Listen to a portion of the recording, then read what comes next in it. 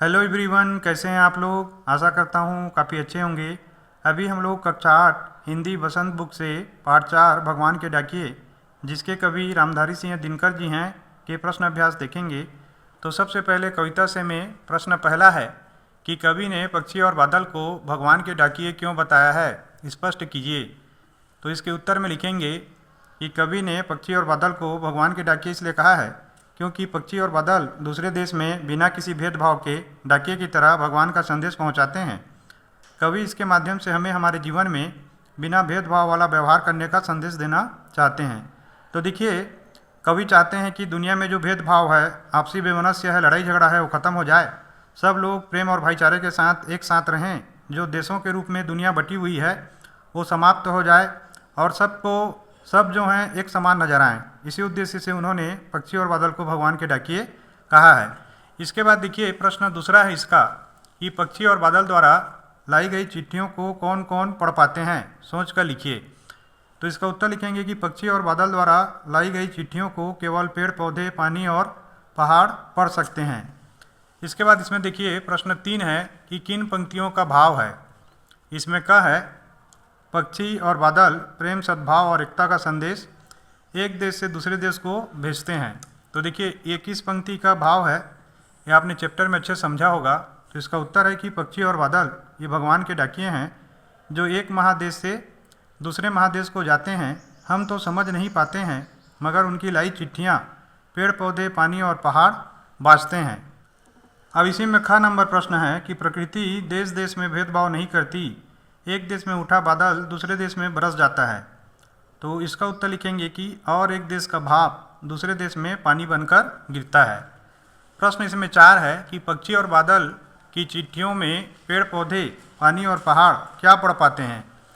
तो देखिए, इसका उत्तर है कि पक्षी और बादल की चिट्ठियों में पेड़ पौधे, पानी और पहाड़ भगवान के समान व्यवहार के संदेश को पढ़ते हैं। जिस प्रकार भगवान किसी से भेदभाव नहीं करते, उसी प्रकार पेड़ पौधे सबको समान रूप से फल, फूल, लकड़ी और आश्रय देते हैं। पानी भी समान रूप से सब पर बादल के द्वारा बरसता है।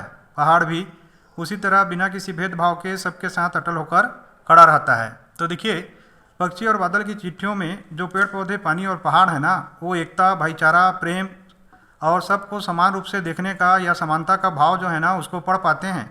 कवि इसके माध्यम से लोगों को बताना चाहते हैं कि उनको भी सबके साथ अपने जैसा व्यवहार करना चाहिए, दुश्मनी, भेदभाव और वैमनस्य नहीं रखना चाहिए। प्रश्न 5 है एक देश की धरती दूसरे देश को सुगंध भेजती है, कथन का भाव स्पष्ट कीजिए। तो इसका उत्तर है कवि इन पंक्तियों के माध्यम से यह बताना चाहते हैं कि जिस प्रकार एक देश की धरती अपने यहाँ उगे फूलों की खुशबू को दूसरे देश में निस्वार्थ भाव से पक्षियों के पंखों पर भेजती है, उसी प्रकार हमें भी भेदभाव भुलाकर सभी देशों के साथ प्रेम और भाईचारे के साथ रहना चाहिए।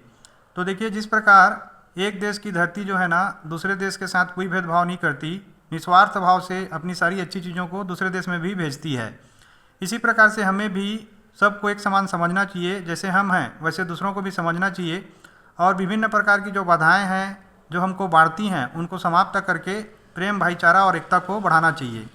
यही जो है ना इस कथन का भाव है। अब पाठ से आगे में देखिए, इसमें प्रश्न 1 है कि पक्षी और बादल की चिट्ठियों के आदान प्रदान को आप किस दृष्टि से देख सकते हैं। तो इसका उत्तर लिखेंगे कि पक्षी और बादल की चिट्ठियों के आदान प्रदान को हम प्यार, सहिष्णुता और आपसी भाईचारा की दृष्टि से देख सकते हैं। इसके बाद इसमें देखिए, प्रश्न दूसरा है इसका कि आज विश्व में कहीं भी संवाद भेजने और पाने का एक बड़ा साधन इंटरनेट है। पक्षी और बादल की चिट्ठियों की तुलना इंटरनेट से करते हुए 10 पंक्तियाँ लिखिए। इसका उत्तर लिखेंगे कि पक्षी और बादल की चिट्ठियाँ प्राकृतिक हैं, जबकि इंटरनेट मानव निर्मित है। पक्षी और बादल की चिट्ठियाँ धीमी गति से संदेश पहुँचाते हैं, जबकि इंटरनेट प्रकाश की गति से संदेश पहुँचाता है। पक्षी और बादल की चिट्ठियों को पढ़ने के लिए किसी साधन की आवश्यकता नहीं होती है, जबकि इंटरनेट के संदेश को पढ़ने के लिए मोबाइल, कंप्यूटर जैसे साधन चाहिए। हम इंटरनेट के संदेशों को समझ सकते हैं, जबकि पक्षी और बादल की चिट्ठियाँ हमें भगवान का संदेश देती हैं, जिसमें सारी दुनिया के लिए प्रेम और एकता का संदेश होता है। हमें भी इंटरनेट पर घृणा के स्थान पर प्रेम और भाईचारा फैलाना चाहिए। इसमें प्रश्न 3 है हमारे जीवन में डाकिए की भूमिका क्या है। इस विषय पर 10 वाक्य लिखिए। तो इसका उत्तर लिखेंगे डाकिये का आज भी हमारे जीवन में महत्वपूर्ण स्थान है। भले ही आज वे पहले की तरह चिट्ठियाँ ज़्यादा नहीं बांटते, लेकिन अलग अलग महत्वपूर्ण सेवाएं हमें देते हैं। जैसे आजकल वे घर घर पार्सल, शासकीय सेवाएं, बैंकिंग सेवाएं और महत्वपूर्ण डाक पहुंचाते हैं।